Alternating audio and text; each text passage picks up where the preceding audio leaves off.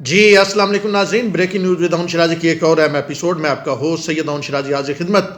ابھی جو ہمارا موضوع بحث ہے جس کے متعلق ہم آپ کے سامنے کچھ معلومات لائیں گے، کچھ تجزیہ کریں گے، وہ ہے آزاد کشمیر کا معاملہ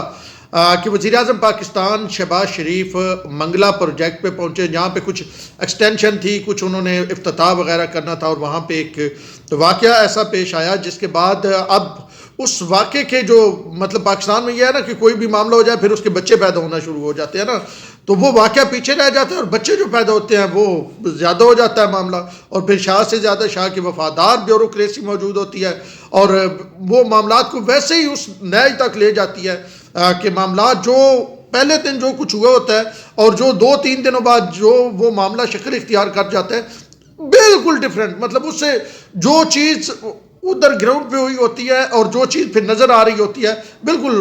جو ہے وہ فرق پڑ جاتا ہے، اور اس میں ہمارے صحافی دوست، ہمارے یوٹیوبرز، سوشل میڈیا ایکٹیوسٹ، اچھا پھر اس میں پیڈ ٹرولز، اچھا پارٹیز، وہ ساری مطلب اس میں شامل ہوتے ہیں، اور اپنا اپنا مفاد اور اپنی اپنی پارٹی کو دیکھا جاتا ہے، اور معاملہ ایک دم کہیں اور کوئی اور رخ اختیار کر جاتا ہے۔ اچھا ہوتا یہ ہے شہباز شریف جاتے ہیں اور اس پہ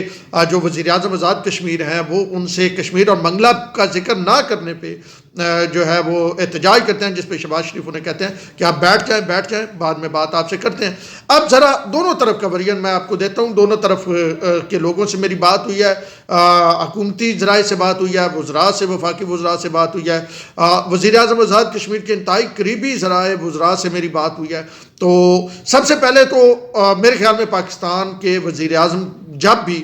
کشمیر کا وزٹ کرتے ہیں تو وہ آن بورڈ لیتے ہیں کشمیر کے وزیر اعظم کو، کیونکہ کشمیر ایک الگ سے ہم نے اس کو آزاد جموں کشمیر کا نام دیا ہوا ہے، اس کا الگ سے وزیر اعظم ہے، اس کا الگ سے ایک پورا سیٹ اپ ہے،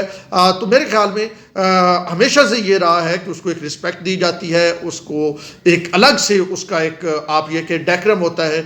کہ وزیر اعظم پاکستان، وزیر اعظم آزاد کشمیر کو ایک اور انداز میں ٹریٹ کرتے ہیں۔ جب بھی وزیر اعظم پاکستان نے جانا ہو تو وہ انہیں انفارم کرتے ہیں، عمومی طور پہ وزیر اعظم پاکستان کی جو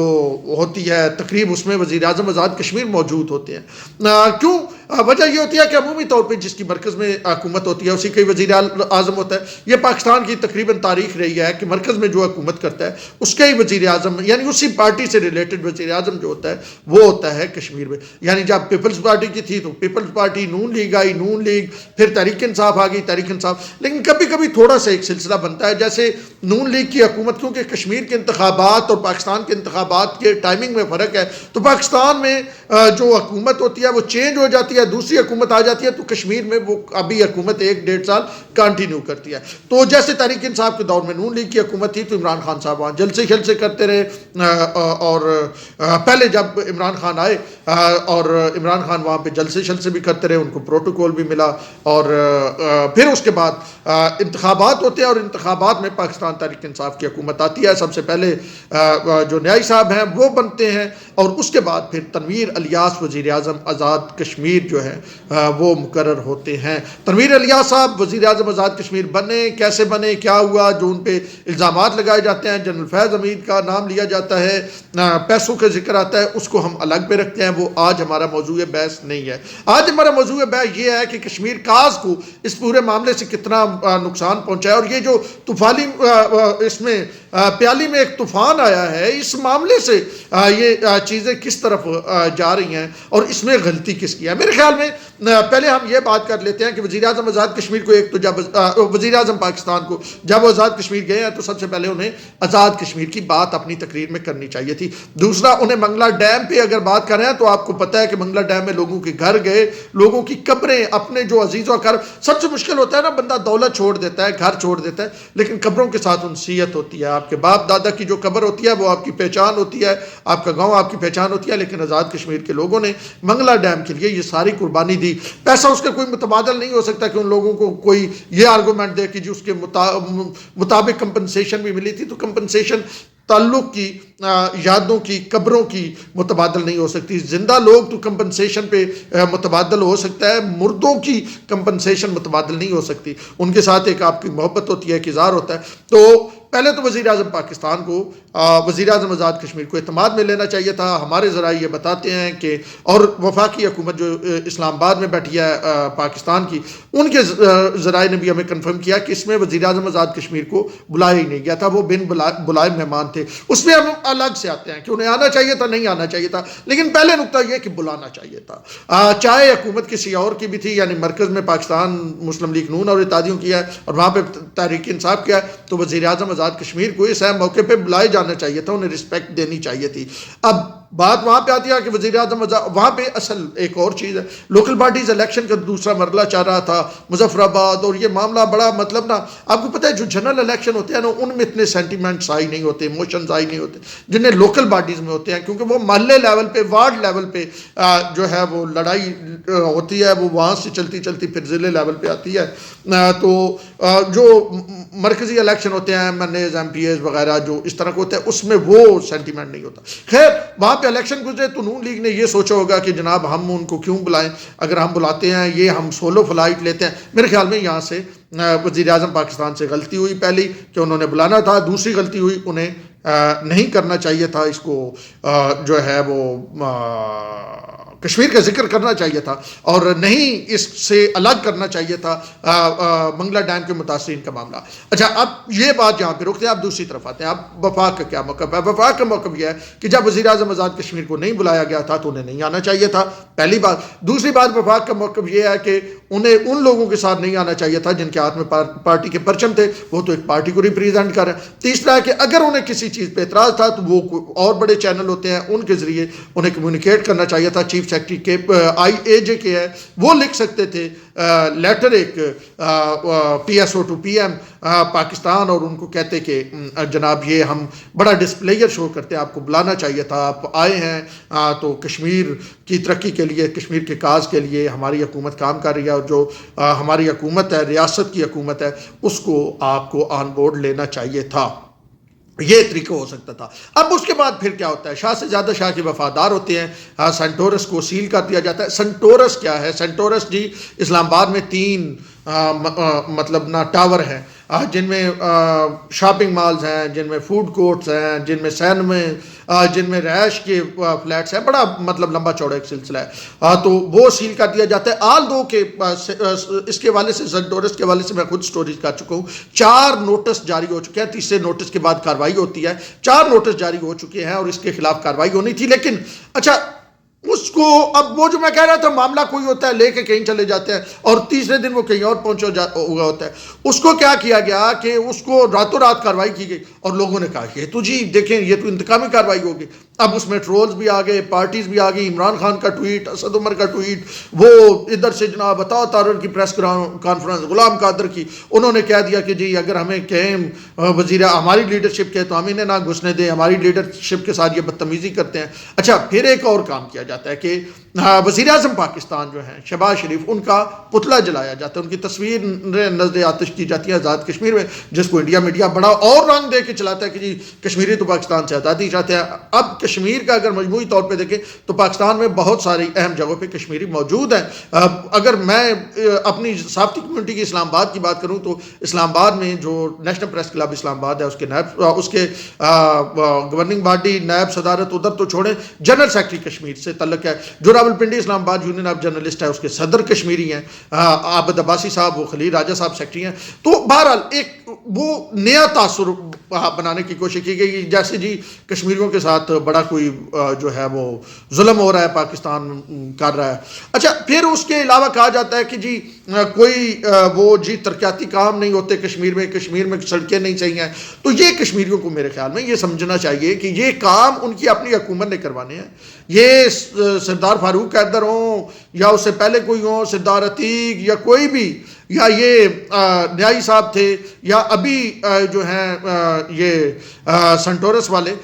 تو یہ ان کو کام کرانے ہیں, یہ ان کو ایک مخصوص بجٹ دے دیا جاتا ہے. تو یہ الزام میرے خیال میں یہ الزام ان لوگوں سے جواب طلبی ہونی چاہیے جو وہاں پہ سپیکر ہے، وہاں پہ وزیر اعلیٰ ہے، وہاں پہ سارا مطلب ایک سیٹ اپ ہے، وزراء ہیں، تو انہیں ان سوالات کے جوابات دینے چاہیے۔ اچھا،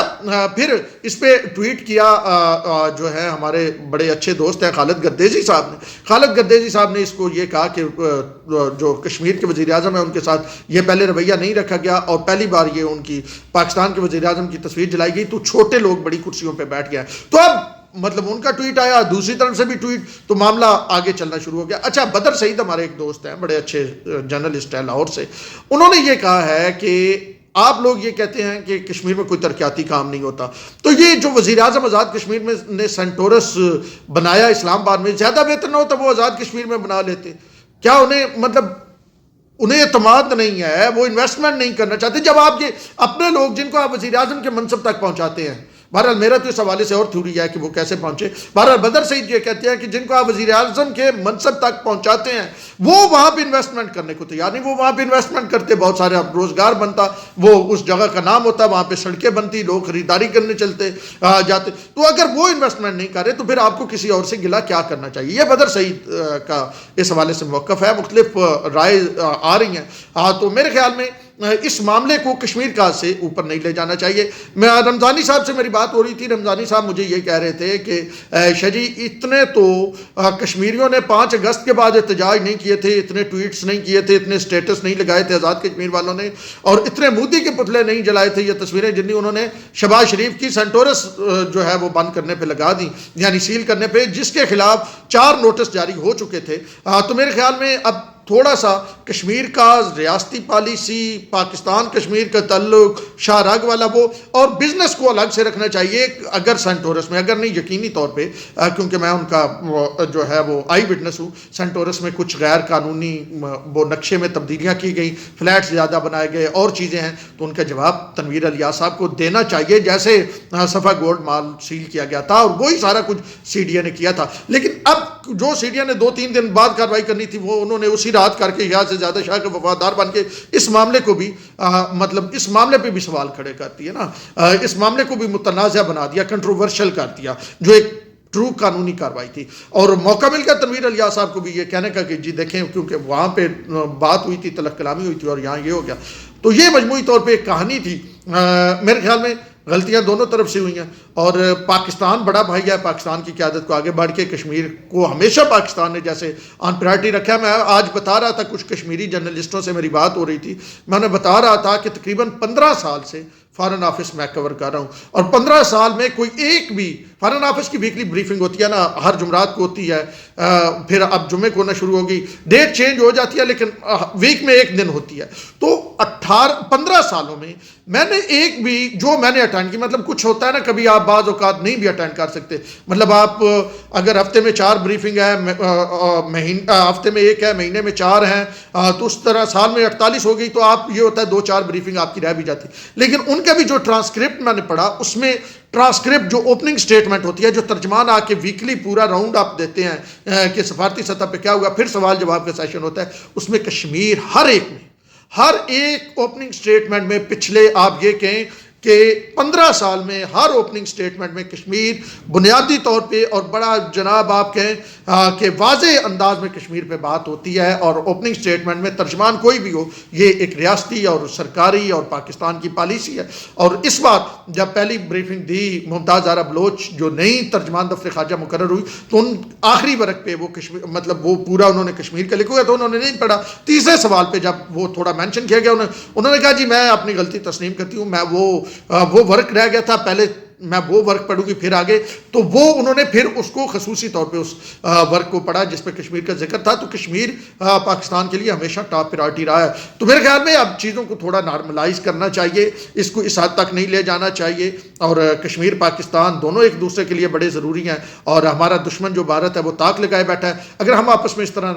مطلب دوریاں بنائیں گے تو وہ جو 8 لاکھ فوجی، دنیا کی سب سے بڑی جیل 80 لاکھ کشمیریوں کی بنی ہوئی ہے، پھر ان کے دل ٹوٹیں گے اور انہیں مایوسی ہوگی۔ میرے خیال میں انہیں مایوسی نہیں ہونی چاہیے، ہمیں کھل کے